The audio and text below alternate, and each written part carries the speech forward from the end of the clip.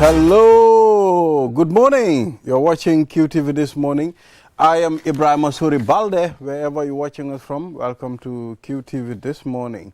We are saying a wonderful and beautiful morning to all our viewers. I am Ibrahim Asuri, like I mentioned, and I'm with Mr. Ade Drame.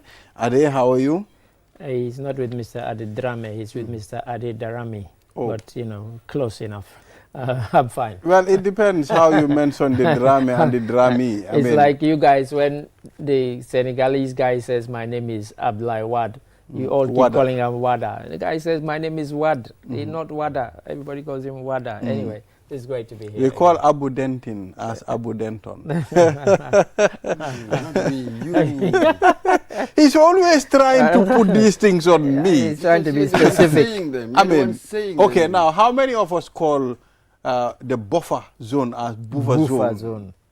How many of us do that, Mr. Momo? And how many That's say people of a certain generation. And how many say temporal? Why when they mean temporary. Temporary. That's almost everybody, but hey, we won't go there. So these are common errors that people make, but I mean they tend to trend because everybody is following that trend. People of a certain generation.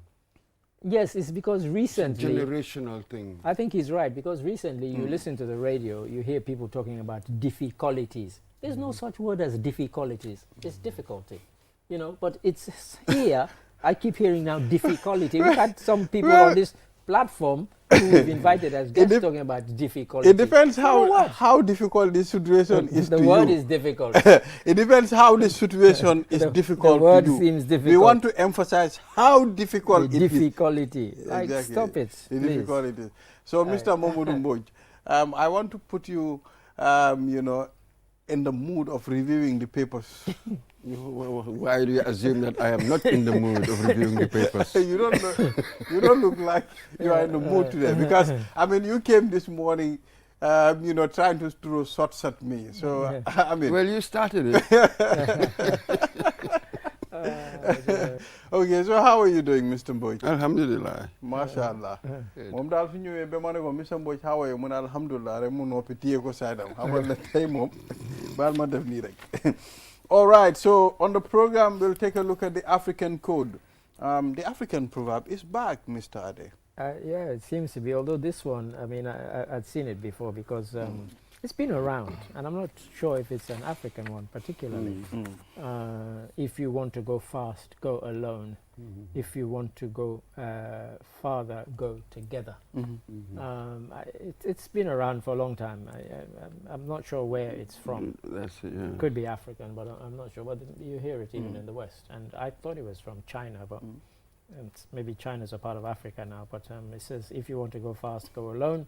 If you want to go far, go together. Go together. I don't think we even need to discuss it. Go together. But anyway, as it's there, let's discuss it. But don't you think sometimes going together with different attitude, you know, your attitude might be different from the people that you are moving with. Sometimes they tend to hinder your progress at some point.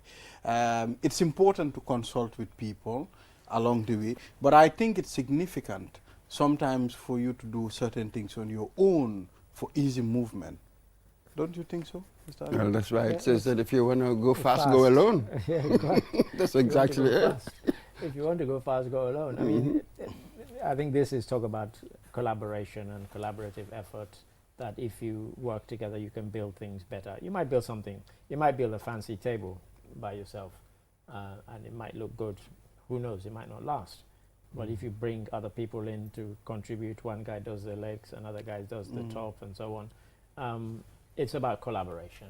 It's saying that, you know, collaboration is better.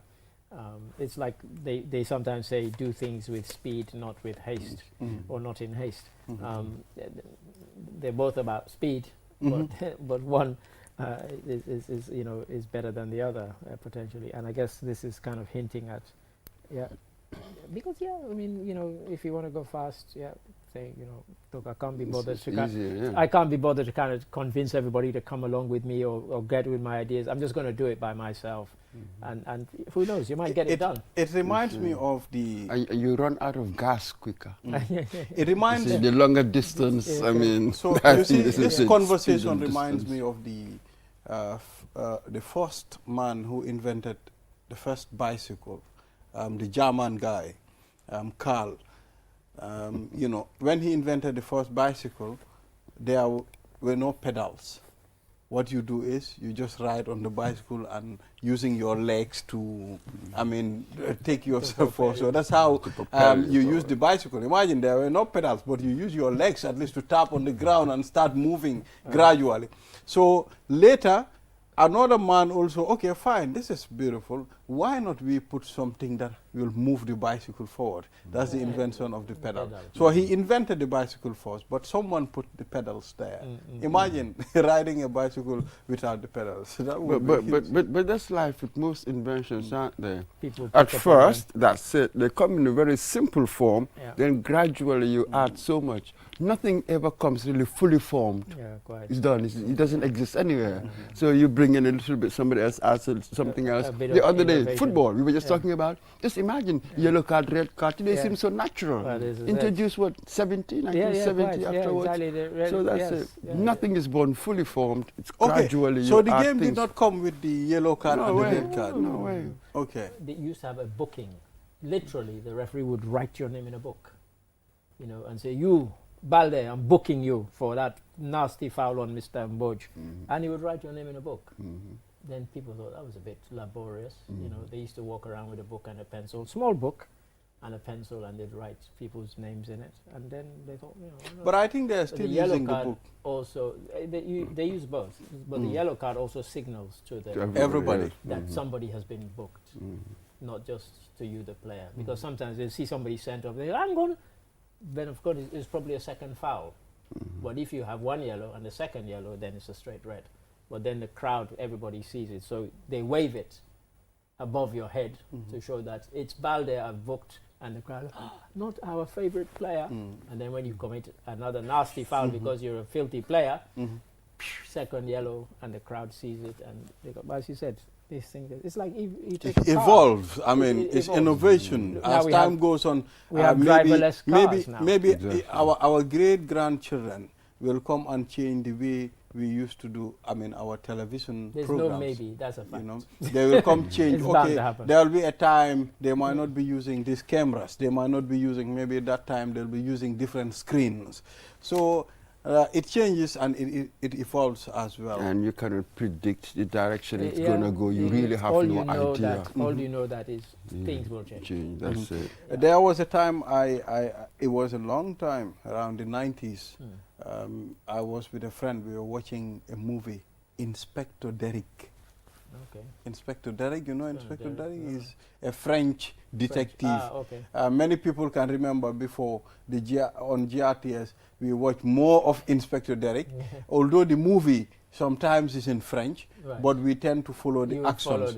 So there was a time when we were watching that movie, that was a long time, we saw a flat screen TV, you know, in one of the houses, and we were all wowed by that. Wow, look at the type of TV. While our house, we were having this gigantic with TV, big back. stomach TV.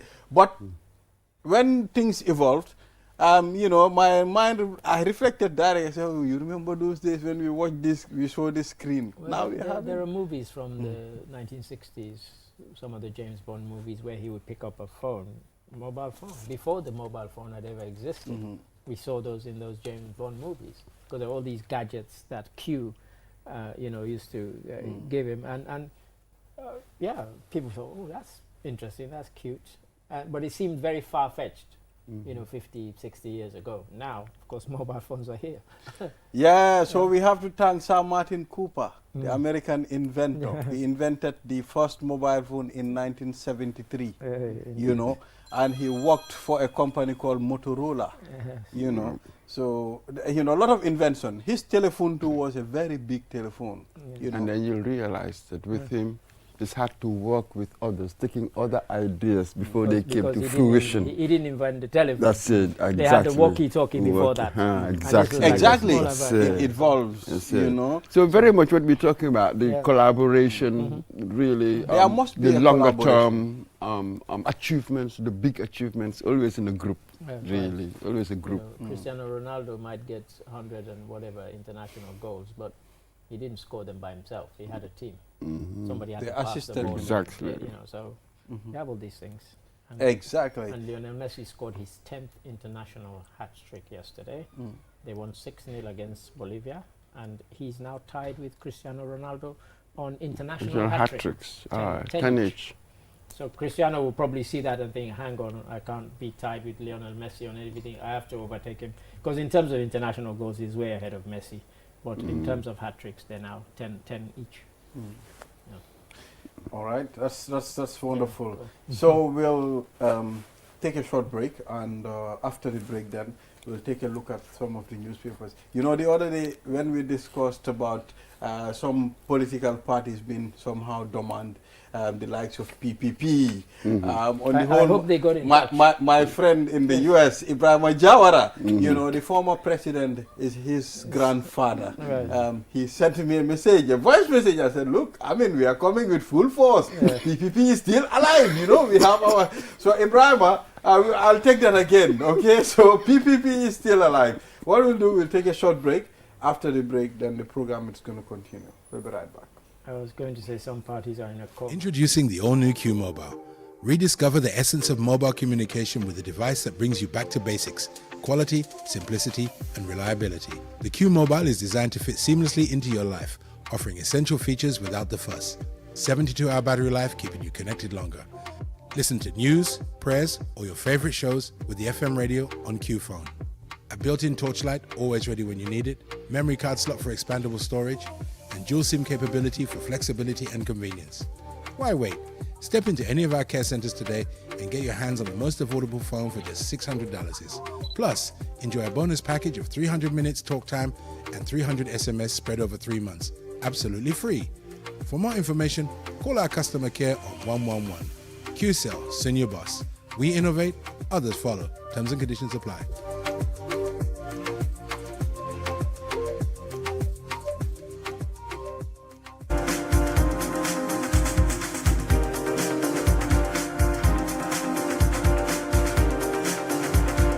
This is QTV This Morning. I am Ibrahim Asuri Balde. Wherever you're watching, welcome to this program. And let's take a look at some of the stories. And we have a very interesting headline in the front news of the Fourier newspaper. And it reads, Magistrate, 2 judicial officers face faces charges of fraud and dealing with prohibited drugs. Prohibited drugs. And so this is a case that's currently in the High Courts, I think it is. And Magistrate Ibrahim Kokoli of Kanifing and 2 judicial officers who've been named, Ridwan Othman and Mariam Ajanke Tamba. It is alleged that they tampered with and stole some evidence, which was drugs, cocaine, with the intention to sell it. That is the charge. You know, and the 45 blocks of cocaine, and which were exhibits in a criminal case. And the suspects here are what? Magistrates and judicial officers. And so there's theft contrary to section whatever of the criminal code, and these were exhibits in a case. And this has long been a kind of unverified allegation. People always say, what happened to the drugs that were seized in such and such a case? And then people will joke and say, oh, you know, the people involved sold it or they stole it and so on. Now, these people haven't been convicted. They've only been charged. But it's a serious charge. It's a very particularly for a magistrate. In fact, you know. Yeah, considering people that are supposed to uphold the law, I mean, being involved in such kind of act, you know, at some point, that will stain the image of the judiciary. If they are found guilty. If they are found guilty. Yes. But one thing it's good, the law doesn't leave anybody. You know, once you do it, the law will follow you to make sure you are brought to book. Well, I certainly hope so. I mean, this is the one that has come to light. So those that do not come to light, you do not know. You don't know. So it's difficult to make that judgment. Right. This one has certainly come to light. And yes, we would like to think that, you know, people who commit these things will be caught, apprehended and prosecuted and that sort of thing. Fine. And I hope that this wouldn't tarnish overall the judiciary, the image. This has just perhaps rotten apples. So let us be careful. We're taking few examples and then tarnishing the name of the whole institution. So yes, we need to catch them. We catch them, but we understand how public officers, how they've been working over these years. You know, that people sometimes we use them to enrich ourselves. But there'll be no surprises there. We Nobody had a would be discussion surprised here there. about people getting into high office and using that to enrich themselves. So it's across the board. Why should it be any different in the judiciary? So it could stain them if they are found guilty, because people will then look askance or with you know at other magistrates and say, I wonder if he or she. And it's only recently that we've just appointed new magistrates and new high court judges. And we were saying, you know, we're doing this to kind of speed up the process, because, you know, cases are being held up because there aren't judges and magistrates to sit, so on. So it's a serious charge. It's a serious charge. And I guess we will have to keep an eye on the proceedings and see, you know, what transpires. Mr. Balde, anything else tickle your fancy in the newspapers? Go through some of well, Halifa Sallah, the world lacks leadership, and that's again from Foroya. The one you read is also from Foroya. Oh, the world. The world. Ah, you see, you thought he said Gambia. Ah. No, he said the world. But I was thinking he's going to speak in the context of the Gambian people. Why? He's a man of the world. But, the world. Okay, all right. I mean, does the world lack leadership? Has the world ever had leadership?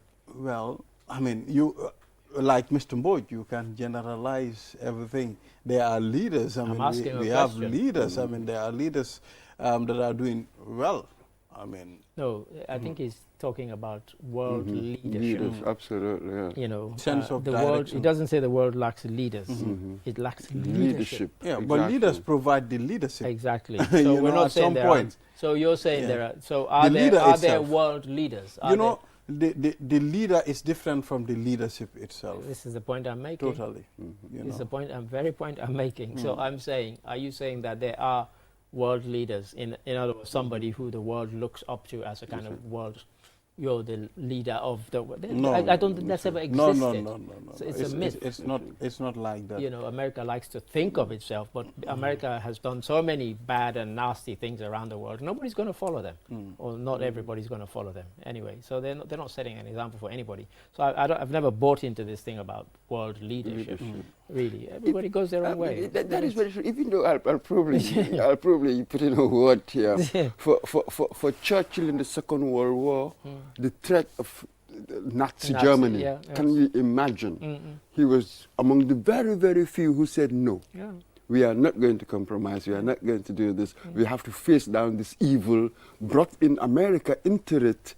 I mean, one would prefer that any day over Nazi Germany and that evil death cult, as it were. True. So in certain periods, leadership emerges. I think here he's making a distinction between being a leader and embodying certain values, hence the leadership.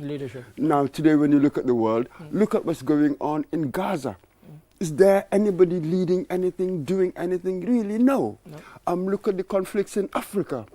Have we got anybody standing up, perhaps of the quality, of the caliber of maybe a Nelson Mandela, perhaps, with that authority to bring people around so that we can do something about it, to stop what's going on? None. So when you look at all these trouble spots around the world, there's nobody that's emerged with a certain authority to do anything about it. To some extent, I understand what he's saying. I mean, with the Churchill one, I've always felt that, I mean, kind of what you said is how the Brits have always sold it. But at the same time as they were fighting Nazis, they were also behaving horribly to the people in their colonies. And they did so even after the World War. There was a threat to them. They thought they would be next if they didn't crush Germany, you know, because they'd already conquered France just across the channel from Britain. And Britain would have been next in their sights. For me, that's why they got involved. they've sold it as, we wanted to save the world from this. But you realize that within, who was it that came back with that paper? So within Britain, he was in the minority. He was in the minority. Most of them were appeasers. Yes, he said, no, I think that's leadership. Chamberlain came back. I have spoken to Hitler, and he's given me his assurance. So he said, no, he was in the minority. I think that's leadership. Really, to some extent, one must give him that kind of credit. We understand that in the end, it's self-survival. You have to do that. But how many things are really absolutely selfless? Oh, very few. How many acts in the world that people do that are absolutely selfless so at a certain stage, at a certain level of dealing with international affairs? Ooh, I don't think we've seen that anywhere. So to take Mr. Borges one further, as you had the Churchill incident, kind of what you have now, if you look at America, Britain, even the leaders of those two countries don't see eye to eye. You have somebody, Trump, who could possibly win the election again and become president again. He admires somebody like Vladimir Putin.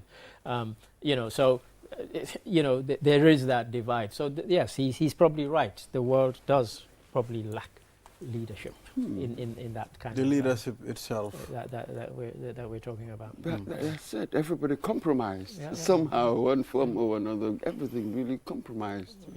So how are we going to change this dynamic? I mean, how are we going to make sure we put anybody knew that all the formula into place to make sure it works accordingly? I mean, that would be very hard. That would be a complex one. If we go back to the Churchill thing, if there is something that is a threat to the rest of the wider world, those are the kind of things that can bring people together. To say this is why, and there might be a person or a country that can marshal, but at the moment that just simply is not there. Even America itself is a deeply divided society right now, and even one was then, to be honest, in terms of them joining the Second World War. You had the America First movement that said under no circumstances should we get involved in the Second World War. This is, Germany is a mighty nation, and they should be allowed to conquer whoever they can conquer. And you had people like Lindbergh, the aviator. He was one of those people leading that movement, Charles Lindbergh, saying, just let them get on with it. Eventually, of course, public opinion turned against him, and but to his credit, eventually they brought him back on site, and on side rather, and he joined the war effort. But world leadership. So what we can do, it's going to be difficult. What can we do? That's it. I can only improve the world by improving myself. If you settle on to that, what else can you do? Just try to be a good person individually. The rest, you leave it to the system. Well, not within your control. What can you do? Yeah, quite. Really? All right, so Gunjul faced system change. with devastating sand mining. Gunjul faced with devastating sand mining. Sand mining is a problem. We see it along, and I always despair, because when you go to these places where sand mining takes place, you can see that even as they are excavating the sand to go and build houses and so on, the damage it is doing environmentally, and and yet they never stop. They keep on going, and you think, but you can see uprooting palm trees, doing a lot of those things, and then it's just eroding it, because when you remove the sand, of course, the water, which stopped at a certain point, and where the sand acted as a natural barrier, it is now coming closer and closer and closer to where people are. Well, I think there was there is an option at some point. Now they are mining, from the sea itself. I think that would have been a replacement of the sand mining that is happening at the coastal area. So I think it's important for people to focus on that area as well. But the greedy people, who all they have is a truck and some mini excavation machines, they don't have the machines that can take it from the sea or from under the sea. And so it's easier to just take it from land. It's the easy option. You come on the same day, you can load and so on. You don't have to excavate it, dry it, and then load it on. You just scrape it, put it on the back of your huge truck, and you drive off. It's costs you less, because it's all about profit for them. They don't care about environmental damage. They can see it, but they don't care. So this is where regulation should help. Yeah. This is what no matter certain happens, areas, certain it should be banned. It should be banned. You know what I mean? Yeah. But because we're just not very good at that, we're just so inept when it comes to setting regulations and then following them. So this is the key, and people will always do what is convenient for them. And the picture they've used there is a kind of scary one. It's quite a scary picture on the cover of the. And to be quite honest, this is how it looks. Yeah, that's how it looks. This is not Photoshop. And the other issue is, I mean, the sign mining is encouraging on the TDA, that's the tourism development area. I mean, it's definitely affecting some tourism development properties. As Mboch says, if you had proper regulations and systems, that should not happen. I don't know what it is we're waiting for, what disaster we're waiting for before something is done. You talk about TDAs being such a vital part of the economy and so important to the economy. You should not have, it should be completely prohibited to go anywhere near those areas and do sand mining, and yet it's happening. Exactly. I mean, we were just looking at the people who won the Nobel Prize for Economics this year. What did they win it for? I mean, they studied the inequality of different nations. That's right. And what we've seen for low-income countries, particularly in Africa, societal institutions. Yeah, quite. That's really what it boils down to when they looked at the evidence, societal institutions. We really cannot do institutions. We're not it's good. Just an extraordinary We're not good. situation. We have the facade of having these institutions because we have the names, we have this, we have that. I've said here many times, you go along to these conferences and seminars, they said we validated this policy, and they pat themselves on the back as if they've done anything. Absolutely. And then you go back a year later or 2 years later, okay, have you implemented it? Have you monitored it? Have you enforced it? No, you haven't. So what's the point? We're just not good at that, and so in the meantime, we'll be complaining for God knows how long, but we really cannot run institutions. Things like embarrassing. this. Let's head to the Gambia Ports Authority. MD Jobate explains port expansion project, biggest transformative ports project ever. In the Gambia. It is a game changer. Gambia is losing out because our port is too small. So goods that could be brought here are instead landed in Senegal and then taken by road from Senegal. So obviously you're paying the cost of kind of double thing. You're paying the cost of the shipment and then the transportation via road. Whilst if it's landed here, hopefully the costs will go down. But I suspect once it's built, in trying to recoup some of the cost of building it, there might be quite high tariffs or fees to be paid by the people who are importing stuff. But it's also allows us, maybe if we kind of ramp up our exports as well, that we can, there's more than one port to export from. So it's a huge project, multi-billion dollar project, and well, if you look at the position and the geographical nature of the Gambia the port service, it allows many countries to connect to the Gambia Ports Authority for transaction at some point. The likes of Guinea-Bissau, Guinea-Conakry, a lot of people benefit from here. So the expansion will definitely go a long way. Yeah, I mean, all those places have Atlantic coastlines, so we're not advantaged from them. But, it's for us as Gambians also, we need to get our piece of that particular cake, which is people who want to import and people who want to export using our ports. But if our port is too small, then, as we've said, they'll go to these other countries. And the thing is, really, there was a time when really Gambia, Banjul was the sort of dairy export capital of this region. Yeah, quite. It wasn't necessarily because of the ports. I mean, I think that if things had gone well, we would have been doing work on that. But for a very long time, a lot of things were neglected. Let us be honest with ourselves. Port was not expanded.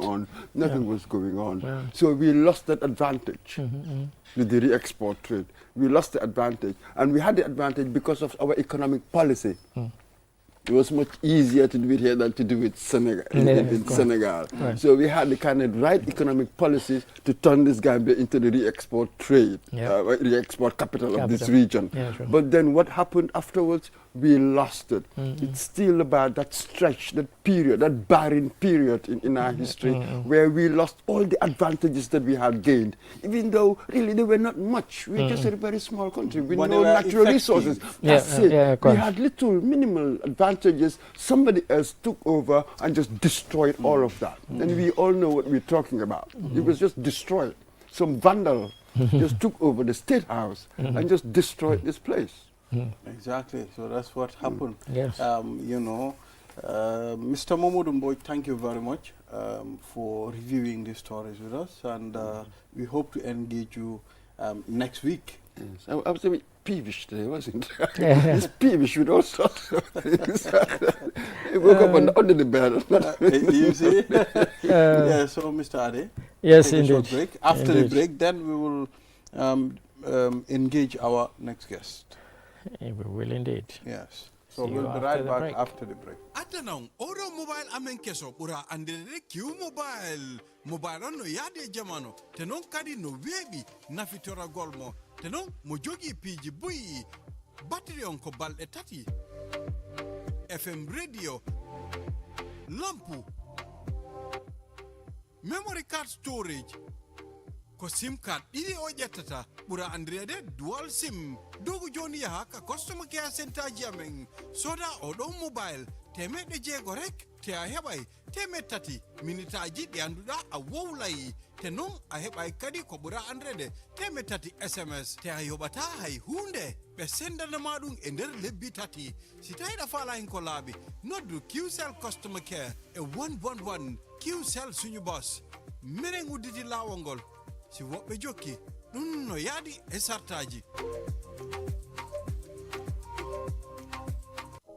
Felenting a Q-Smart and in Q-Smart Plus na falie hade natal seniaringol set aka wallata akata bake yenyin soto kat ko mobile tariyarin ba andum foka pare ala batterio beta ala wati janda aka ji. Q-Smart ye 5.9 immersive display la soto. Nyindu mu dalasi wuli sabanin kemenani da malati. Ni mobile o nyin sang iba bondulo soto la min tata for 15 GB. Andung kemeni muang free talk time fanam betara yele. Warning keme saba SMS o. Foka pare nyimbe mu free lati ni mobile o nyin sang. Walante fana ni lafta Q-Smart Plus la. Wo fanam bijele. Ice screen warmamba la soto minketa 6.5 inches te. Anin dalasi wuli nani da ma isa nyi mobile o soto no. Anu foka pare afana ni bundle package ole nata. Iba 30 GB data soto la. Yekeme saba SMS o soto. Ani yekeme ni muang talk time soto. Nyimbe dung hani feng ita ajola. Kana tu koma. Ila Q-Smart ni ila Q-Smart Plus soto B kabo Q-Cell la. Isa nyi mobile o soto no B na customer care build o mimba nyi banko kan. Momo lafta kuma koyo moela nyinto. Isa na customer care bunjulola ni 111. Q-Cell. Sunyu boss. Dole silo walang. Dole abulan numa. Nyindung ani sartole nata.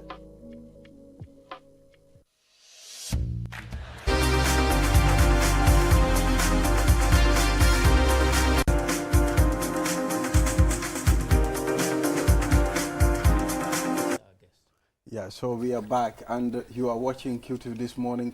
We'll head to the last segment of this program, but before then, Mr. Ade. I just was saying, as we were coming on air, I was saying to Balde that I wanted to steal a minute to mention that AFCON matches were played yesterday, and 8 teams have already qualified. Morocco, the hosts, Algeria, Angola, Burkina Faso, Senegal! Cameroon, DR Congo, Egypt, and Senegal. They're already qualified. So we know Gambia is still in the balance, but those teams are already qualified. So I just thought I'd mention it before Gambia I forget is still on life support? They kind of, yeah, they're hanging by a thread. So there's still a possibility, of course, yes. But it's going to be tight in that group, because Tunisia drew with Comoros yesterday. Comoros were this close to defeating Tunisia for a second match. And again, outplayed them, which I think surprised everybody, especially the Tunisians, because they beat Tunisia at home over the weekend, and then yesterday they drew with them 1-1. Wow. All right. So let's I got that out of the way. Yes, thank you. Let's move on. And now let's talk about side impairment. And we have Dr. Vincent Cisse with us in the studios. And we'll be focusing on WORLDSSIDE Day, which is commemorated last week. It's significant for us to talk about this. But first, Doctor, you are welcome on this program. Thank you very much. And it's nice to be here. Yes. So please take us through, what does it mean when we say WORLDSSIDE Day? WORLDSSIDE Day actually is a global initiative. I mean, been celebrated over the past 20 years, since 24 years, since 2000. 2000, yeah. Yes. So the main aim is to create awareness about visual impairment, diagnosis, and also treatment. It's a worldwide thing. It's not only celebrated in the Gambia, and it's always on the second Thursday in October. So every year there's a theme, and then all the sensitizations are all centered around that theme. And what was this year's theme? This year it's Love Your Eyes, Children, or Children Love Your Eyes. Yes. Yes. Yes, we had to admonish somebody because they read it without the comma. Oh, okay. And it somehow changes the meaning. Love your eyes, children. Yeah. Yes, I think I saw that. Children. Yeah. Yes. Yeah. So why the focus this year on children? Well, the main aim is to prioritize, child eye health, because when you look at a child, you have so many years. If a child is blind, there's so many years of disability compared to an adult. And it also affects the child's development. The child may not be able to go to school. The child will not be educated. The child will not be, economical to the country. Yeah, so you rather be dependent on the state rather than contributing towards national development. And we're taking it wider with that, because we're saying also to parents, be aware if you see your child squinting, it's probably because they can't read something. Take them and get their eyes tested. So what sort of, in terms of nationally and how it was commemorated here, can you tell us how it was commemorated here in the Gambia? Well, what we did was we partnered with the Edward Francis Small Teaching Hospital, and we celebrated it in Banjul, where we had a march past, though it was threatened by the rain. We culminated at the Never Again I was going to say the arch. Yes, that's where we had the Durbar where speeches were given. Right. We had the representative from the mayoress of Banjul, because she was out of town. We also had the Deputy Director of Health Services representing the Honorable Minister. Sure. Yes. So go ahead. I was going to say, we've said it's a global one. Yeah. You've mentioned about what happened in Banjul. Were you aware of how this was commemorated nationwide here in the Gambia, beyond what we've just Yes. We have secondary eye units all over the country. So because the celebration was in Banjul, in those eye units what they had was screening. Right. So people would come in, they screen them for blinding diseases, and then amenable to treatment, they treat them there. If they had to be referred, they are referred. Yeah, sorry, you were going to So how prevalent is vision problems in the Gambia? Well, it's quite prevalent, especially in children. You have a lot of them. What we have to understand is that when a child is born, the eye is not fully developed. It's the things they see around which stimulates the eye and then improves the vision as they grow. So that's why we encourage children to play outside. Because if you look at the nation now, not only outside, even the Gambia, children from affluent houses, affluent homes, they're all wearing glasses. Yeah, exactly. Yes, because they spent all their time indoors using devices. So their eyes are all developed within the four corners of the house.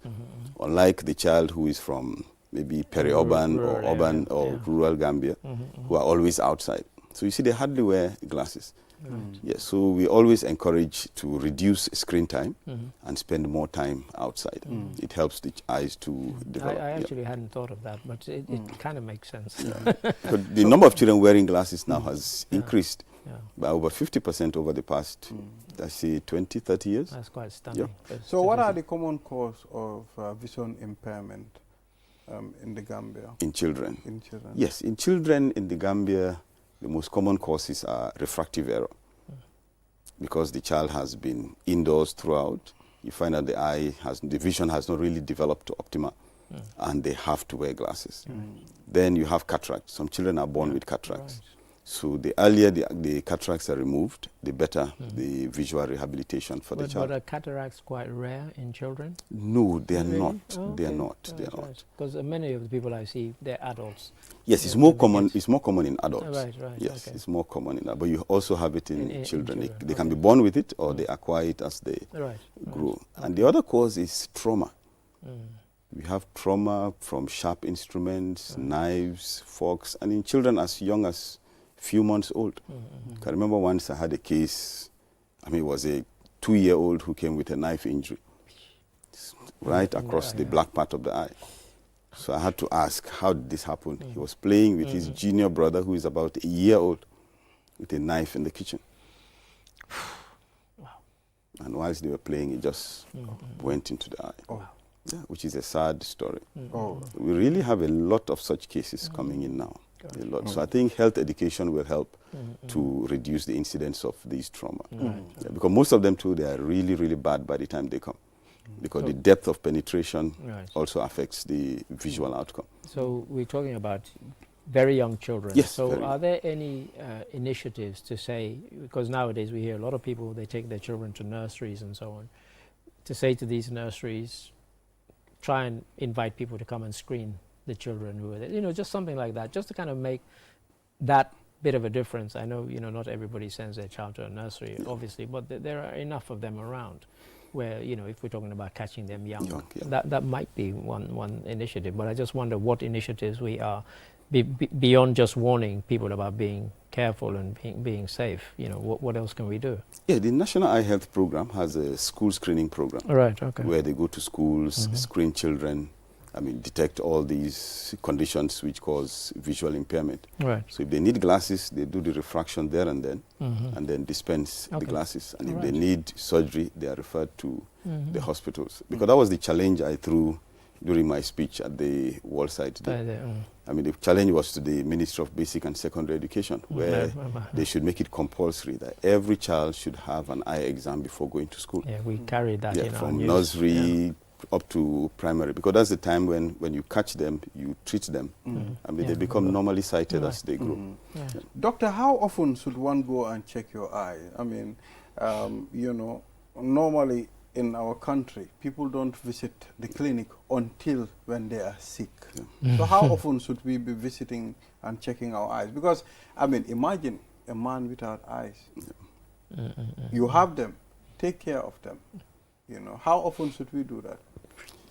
Well, everything depends on the condition the individual has.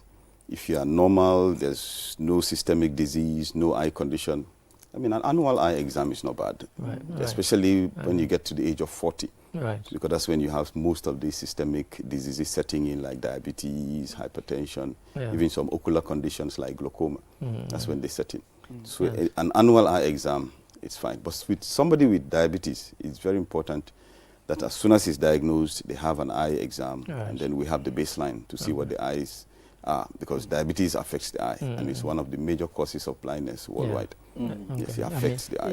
In the UK, the kind of opticians, they're very aggressive.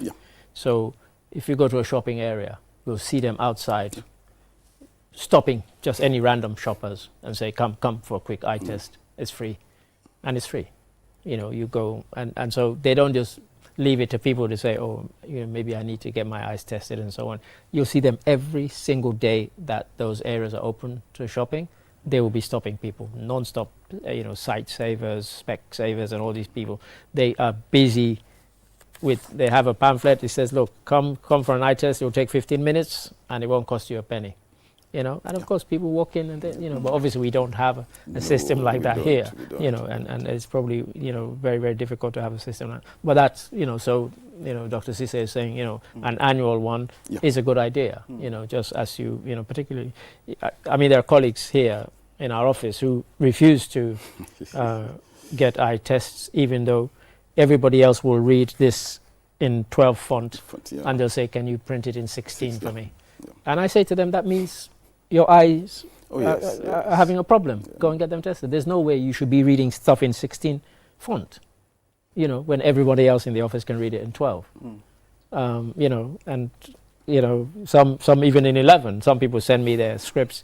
It's 10 or 11 font, and I can still read it. They can still read it. I read it with glasses, and so on. You know, and sometimes even for me, the first time I got glasses, it's really weird. We have this thing called A to Z in London, where you know all the addresses are there. And I was trying to find an address, and I went to the back page where all the addresses are listed, and I kept doing this, and I thought, hey, that's weird. You know, I thought maybe I'm just tired.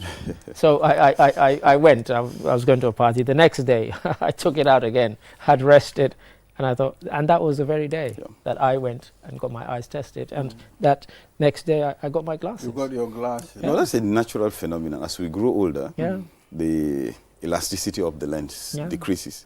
So you need glasses to read. So that's why by the age of 40, everybody should have. I mean, that's called presbyopia. Right. So you find out that all these old people, they always have to wear glasses to read. If they don't wear to see distant, you see them searching for glasses from their pockets whenever they want to read anything. So it's normal. They shouldn't be shy or feel ashamed about it. It's a normal thing. As we all grow older, we need glasses to read. Okay, so now what about the glasses that people will buy? The $50 glasses, the $100 glasses. You keep wearing that for the whole day, doctor. Some people do it for fashion. Some people just want to look good. Don't you think that will affect your eyes without a doctor's advice? Well, the ones they wear, if it has UV protection, that one helps because the UV light, the humidity, the heat, the sunlight, everything affects. They all affect the eye. So those ones actually, when you wear them, they help. So even though you are trying to look fashionable, in a way you're also you know, the reason I'm laughing is because growing up in Sierra Leone, even in primary school, when we had this perception that people who wore glasses looked intelligent, we all went and bought these glasses, just plain glass. There's nothing wrong with our eyes. We call them the Googles. You know, nothing wrong with our eyes at all. And we wore them, you know, and we thought maybe people would think I'm intelligent now. You know, I think that was the perception growing up. I mean, if you look at it then, the people that wore glasses when we were in school, actually that was it. This was it. And so there was some truth. So can you do home testing for yourself before you get to? The eye is very sensitive. I am not sure whether you can do testing. Well, like the cancer, you know, breast cancer, you can test yourself at the house to know. I mean, well, you can just do an approximate thing. Maybe look at your TV, the news bar, close one eye, see whether you can read it. I mean, but that's just an estimate. It won't give you an exact. I was going to say there are actually some stuff that people have put on YouTube, where different screens come up. And they ask you, can you see this screen? What can you read on this screen? And so on. And then progressively, if the first few are a blur, and then you start seeing the ones, then it means, you know, the message, a voice will come and say, if this is the first screen that you can see properly, then you need to get your eyes tested. So people can do that. There's some apps coming up, even on the phones. There are some apps coming up that you can use. So is it common in Gambia, sight problems? Yes, it is. It is. We have cataracts. That's in the elderly people. You have cataracts. You have glaucoma. Diabetes is also rising, so it also affects the eye. You have what is called diabetic retinopathy, where you have bleeding and you also have leakages in the eye, which can affect the eye and eventually lead to blindness. And you can also have cancers of the eye. Yes, those can also affect the eye. Doctor, let's talk about traditional healers. I mean, it's important for us to highlight this. I mean, many of them will advertise on radios. I mean, if you have cataracts, I'll cure it in 2 minutes. You understand? And many people are falling victim. I mean, what do you think of this? I think it's a sad story because it's something that should have been taken up nationally. It should have been a policy to stop these people. Because one, they don't even have the know-how, they don't have the knowledge, they don't even have the skill. What they do out there is get a sharp object, hit your eye, the lens, which has become cataractous and blocking your sight, drops at the back of the eye. And when it drops there, more complications will arise. We see a lot of them at the clinics. I think it should be criminalized, really, because that's not something that should be allowed to even be aired on radio, getting people to... And people always fall victim. Absolutely. Yes, and the other problem is because when they come to the hospitals, you know, I mean, there's a bureaucracy, there's tests you have to do before you eventually have your surgery done. But those are all to ensure that the outcome of the surgery is good, Yeah. so that you can see perfectly. So some would prefer to go and have it Johnny. Just go there, they hit it, you come out. And you don't have to pay money. Maybe just give them one fowl or some eggs, or maybe, some goats that you have in the house, and you're fine. But I think you should really insist on that. They should come to the hospital, have a proper examination, and the best surgery done. Absolutely. Yeah. What about our sisters and wives that use the glue to extend eyelashes? We have them here, the likes of Asmau, Zainab, Chow. You know, we have them here. Are you sure they will like it that you're mentioning their names? I don't think they will. They extend their but that's eyelashes. for you. Yes. Yes, well, having lashes is not really the problem, but it's the glue they use. Sometimes it may drop the eye. I remember there was a case I had when I was in Nigeria, and this was a very educated woman, a lawyer, who the husband was celebrating the 50th birthday, and obviously she has to outdress him, she has to. So in the process, she ended up having that accident. So what happens, it causes bruising on the black part of the eye, and that's a very sensitive part of the eye. So imagine, a speck of sand or particle goes into your eye. You see how it feels? Or somebody's finger goes into your eye. You can hardly open your eye. Yeah, because it's very, very sensitive. Yes. Yeah, so we are almost out of time, Mr. Ade. Yeah, I was just going to say, we have Dr. Cisse here. You mentioned the appeal you made to MOPSI regarding, yes, you made that speech publicly. Are you also reaching out to them, kind of behind closed doors, or negotiating with them to make sure that this becomes a policy? Yes, before the WORLDSSIDE Day celebration, we had a meeting with them. Okay. And this was something I discussed with them, the permanent secretary, Louis Moses, and he felt that it was something very important. So I think it's something they will be ready to take up, and we are ready to work with them. Right. They come to us, we will help them do that. Okay. Wonderful. Thank you very much, Dr. Vincent Cisse, Thank you. for coming on the program, and we hope to engage you more in the future. Oh, you're welcome. Yes, you're welcome. because this is very important. This should be everybody's business. As you can see here, and I are both wearing glasses. But for now, for me, my side is fine. It's fine. I can read from a distance. Even if you put a paper, I can read it from a distance. And I hope it continues. Maybe before I get to my 40s. You might never. There are people who are 70 and 80 and they don't need need glasses. glasses. So my grandpa will tell me I can still put a thread through a needle. There you are. That's a good test. Yes. So thank you very much, Mr. Ade. And, pleasure, as always. Thank you. We'll be here tomorrow again. Inshallah. So viewers, this is all we have for you. Continue watching our programs until we come here again. Bye-bye.